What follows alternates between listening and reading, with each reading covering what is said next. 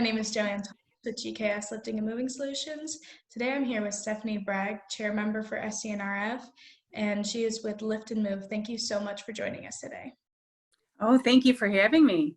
All right, so we're just going to ask you a few questions just to get Sure. your input on what it is like to be an SC&RF chair member. So first, can you tell me what your committee is for? Sure. If you don't mind, I would like to tell you how we're made up, how the committee is made up. We are men and women from the Specialized Carrier and Rigging Association, as well as the Specialized Carrier and Rigging Foundation, the NCCCO Foundation, and KHL, and representatives, men and women representatives from the crane and rigging industry, as well as specialized transportation, and allied.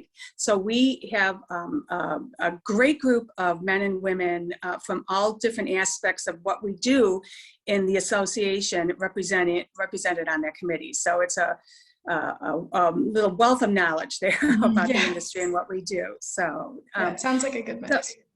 Oh, it is. It's a great mix. And I think the easiest way for me to tell you what it is that we do as a committee, if you don't mind, I would like to read our mission and our vision, because it explains it very well.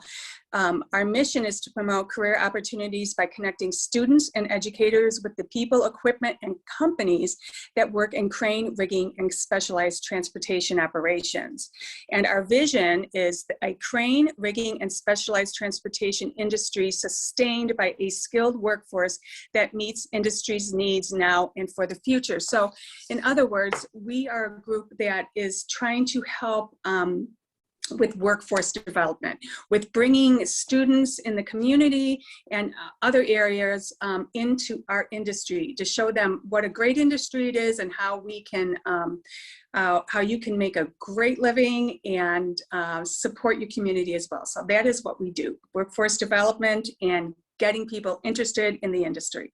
Yep, that's perfect. That's exactly what it needs, and hopefully that can help kind of grow the industry and bring more awareness to it. Right. So with that, what were your plans for 2020 for the Lift and Move program, and how did COVID kind of affect those and change the plan? Oh my gosh, COVID. I wish I never learned the word COVID. We had three activities or events planned for 2020. And our first one, we had 2 live events that were going to be in the fall, and then 1 live event in March of 2020 in Las Vegas at ConExpo, which is a huge equipment fair. And we were in the part of the exposition where workforce development was set up. We had a tent, and we had plans on having students coming every day through our interactive activity tent. And the first day was great. The Wednesday, we had hundreds of kids coming through. We had a gentleman from SpaceX doing the interaction with the kids and the activities. They loved it. There was so much enthusiasm. And then the next day it was crickets because all the schools were shut down. And that was a huge disappointment, because we saw how excited these students were to see what this industry is all about. So that was disappointing. But, there is a silver lining to this that caused us to maybe rethink and reimagine what Lift and Move could be and is still growing into. So COVID changed everything. No more live events. We have not had a live event since March of 2020. And as things are opening up, I'm hoping that we can start dipping our toes into live events. So that's how COVID is. Exactly. Sounds like that you kind of, went past it and figured out something better to do, kind of reinvented it a little bit. So that's great to see the kind of innovation. Maybe that can inspire others. Even like, hey, it's not an old, boring, dying industry. Like there's still innovation that's possible. It's growing, and these kids, they're from a generation that has been, they came out, they were born, and they were immediately, on their iPhones or computers or playing games. I mean, this is their industry, this generation for sure. Exactly. So the governing committee released a document in the fall. Can you tell us some information about that? Sure. So we're excited about this. October was Jobs and Construction, okay, Awareness Month. And we developed well, it's called an action plan for now, but we're working on the name.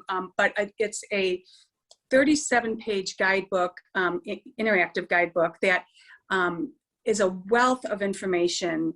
Over the years, as we've had these live events, we've learned what not to do, and we've learned what to do. And so we've been refining. Each event is a little bit different than the one before. And what we have done with this action plan is, and this is part of innovating and part of sort of looking at Lift and Move in a different way, is how companies who are very aware of their workforce development needs can engage with their communities and show them what they have without actually doing a live event. And so if you don't mind, I would just like to read the contents of what's in this wealth of information guide that we put out. And it talks about best practices for building relationships with education and community, ideas for work-based learning engagement, Lift and Move event hosting manual. Now, we're trying to empower businesses to host their own Lift and Move events without the help of Lift and Move, as far as us having to be there and do the events, although hopefully we'll get to that, too. We would be more than happy to do that as well.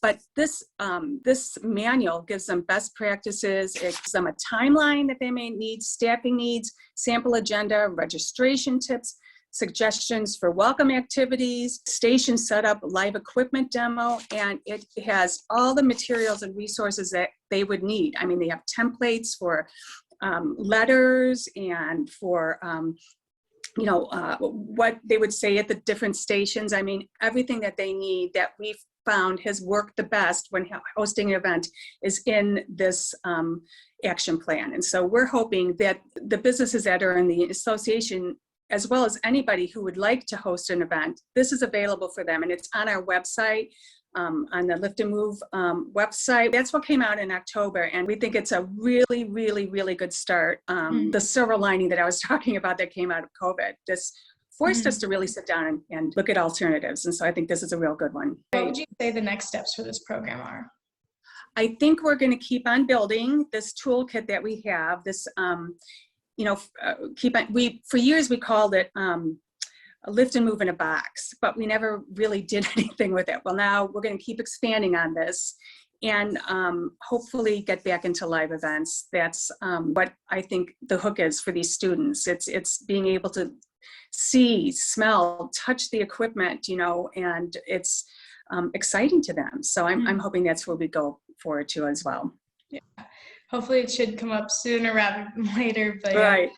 For your last question, is there anything else you'd like to share with SC&RF members about Lift and Move? Thanks for asking, because we have resources for you. We want to help you with this coming skills gap that is coming down the pipelines. We want to help you with that workforce development. We're here with our website to give you tips and best practices, and we are going to keep building on this. And I'm just excited for this combination, this us helping you do what you need to do to keep your businesses going and keep the industry running. It sounds like a great program that you have going with SC&RF. I think it is. So I'm excited about it. Yes. All right. Thank you so much. Oh, thank you, Joanne.